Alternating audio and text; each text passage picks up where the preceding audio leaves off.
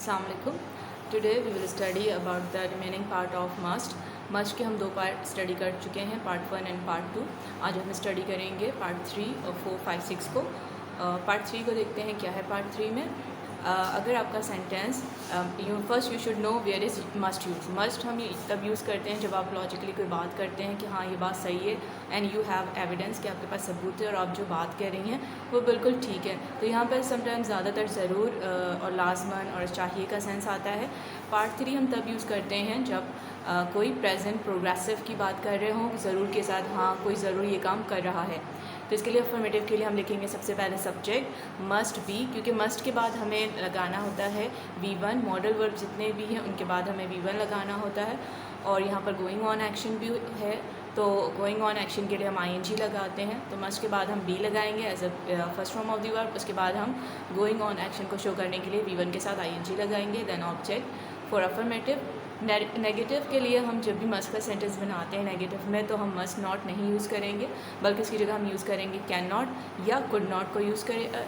फिर हमने लिखना है बी और फिर V1 ING के साथ लिखेंगे, देन ऑब्जेक्ट। इंट्रोगेटिव में सबसे पहले हम लिखेंगे कैन और कुड भी यूज़ कर सकते हैं, then subject be V1 ING then object. Let's see the example. First example है वो ज़रूर कुछ कहने की कोशिश कर रहे हैं।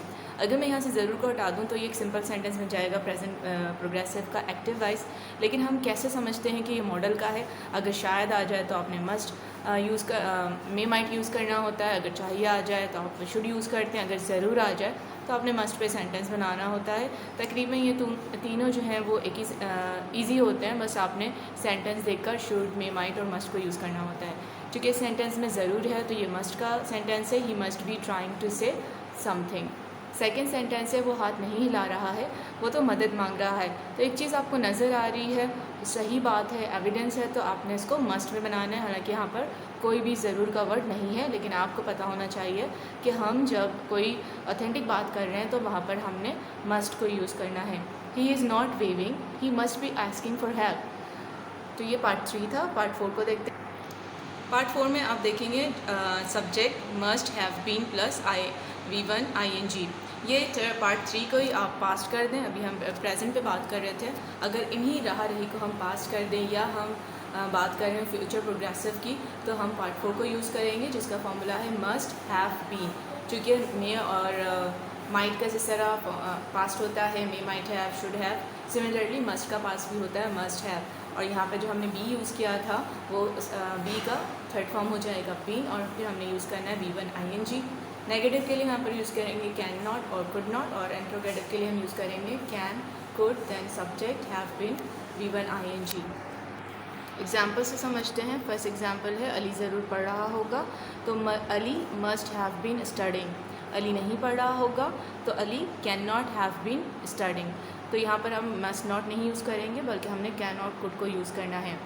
थर्ड सेंटेंस है मेरी गैर हाजिरी पर कोई कंप्यूटर इस्तेमाल कर रहा होगा। तो आप ये देखा जाए तो ये आप पास्ट के हुए काम की बात कर रहे हैं और आपके पास आपको लग रहा है कि हाँ सही बात है कि ज़रूर ऐसा काम हुआ है। तो यहाँ पर आपने यूज़ करना है मस्ट के पास्ट को, यानी in my absence somebody must have been operating the computer. तो यहाँ पर आपको ख्याल रखना है कि लॉजिकल बात जो होती हैं इनके लिए हम मस्ट को कैसे यूज़ करेंगे। स्टेट्स के सेंटेंस को देखते हैं कि स्टेट्स की बात कर रहे हों तो प्रेजेंट स्टेट और पास्ट स्टेट्स होता है। अगर हम प्रेजेंट स्टेट्स की बात करें तो सब्जेक्ट में बी और हैव। अब आपको ये पता होना चाहिए कि कब बी लगाना है और कब हैव। इज़-एम-आर के सेंटेंस जो एक्सिस्टेंस को शो करे आपने वहाँ पर बी लगाना है, और पोजीशन की बात हो वहाँ पर आपने हैव लगाना है। नेगेटिव के लिए कैन नॉट और कुड नॉट को यूज़ करेंगे, देन बी और हैव। और इंट्रोगेटिव के लिए अगर आप मस्ट का सेंटेंस बना रहे हैं तो कैन और कुड पहले लाएंगे, फिर सब्जेक्ट बी और हैव। एग्जाम्पल से समझते हैं। फर्स्ट एग्जाम्पल हमारे पास है वो ज़रूर डॉक्टर होगी या वो ज़रूर डॉक्टर है। तो ये स्टेट से, क्योंकि यहाँ पे कोई एक्शन वर्ब नहीं है, तो हम कहेंगे ही इज़ अ डॉक्टर या शी इज़ अ डॉक्टर। तो जब आप मस्ट के इसमें बना रहे हैं कि ज़रूर, तो आपने मस्ट यूज़ करना है। इज़-एम-आर पे जो बात की थी वहाँ आपने बी लगा दिया। She must be a doctor, उससे ज़रूर फ्लू है। तो जब डिसीज़ की भी बात होती है हम हैज़ पे बात करते हैं, तो शी मस्ट हैव फ्लू। तो ये प्रेजेंट स्टेट्स था जिस पे आपने कब बी यूज़ करना है और कब हैव, इसका ख्याल रखिएगा। और नेगेटिव के लिए कैन नॉट और कुड नॉट को ही यूज़ करना है आपने। लास्ट पार्ट हमारे पास है मस्ट का पास्ट स्टेट्स।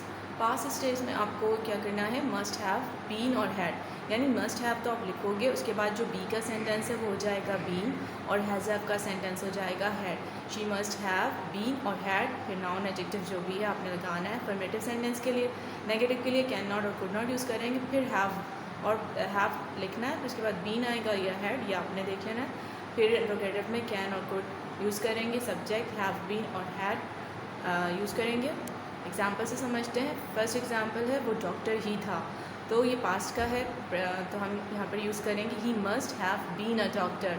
तो आप अभी प्रेजेंट में जो बी था उसका पास्ट हो जाएगा बीन, और मस्ट हैव शो कराता है कि ये मस्ट का पास्ट है, मस्ट हैव। फिर आपने लगाया बीन अ डॉक्टर।